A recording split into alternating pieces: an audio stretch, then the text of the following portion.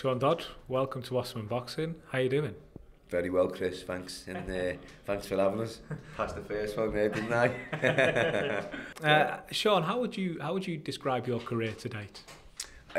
My career, boxing career, in description, wow, amazing. Up to now, so far, it's been a dream. I've basically lived a dream. I've done things unexpected, and I've done an amazing journey in a career.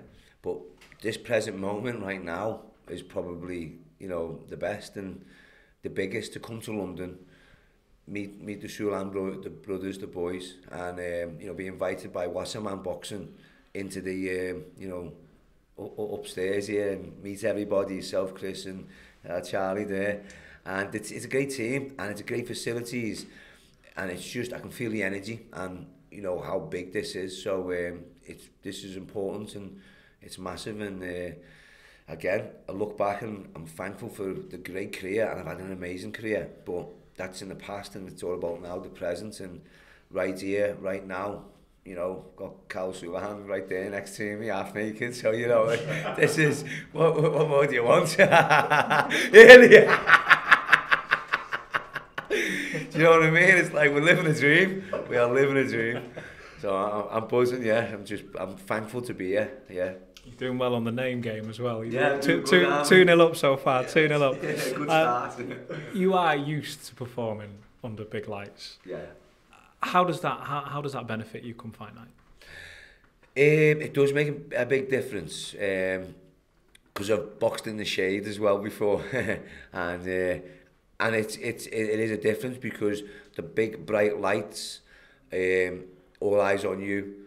It's hot as well under there, but it's great, because it gives you that platform and position that you're here. It's real.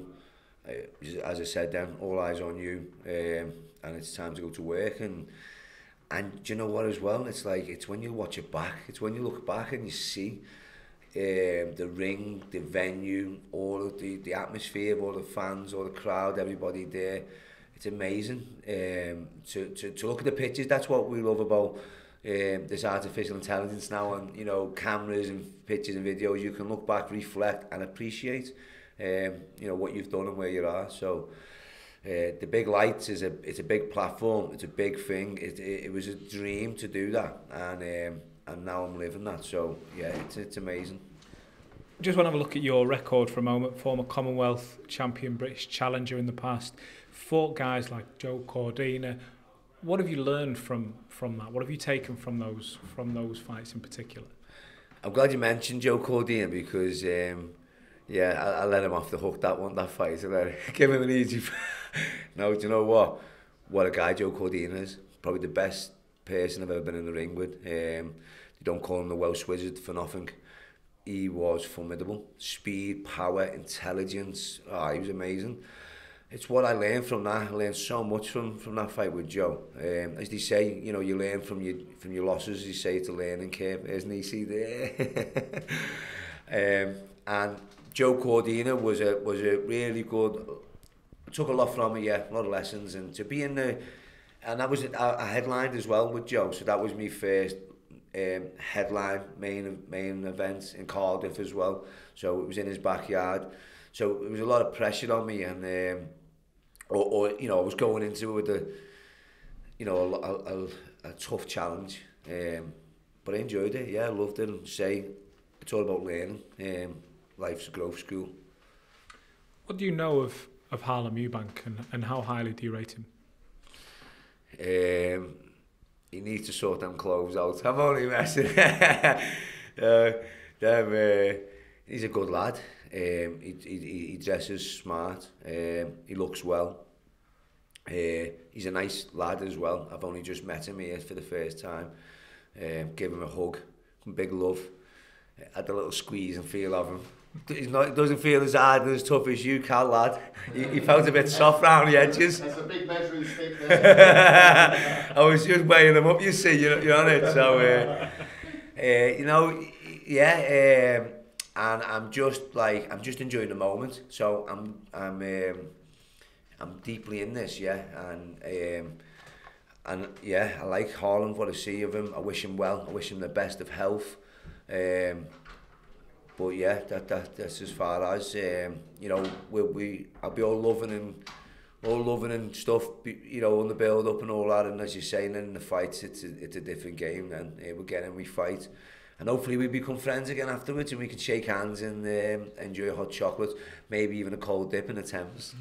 We'll see. That's before Masher mode kicks in. Talk to me a little bit about the persona of Masher. Where did Masher come from?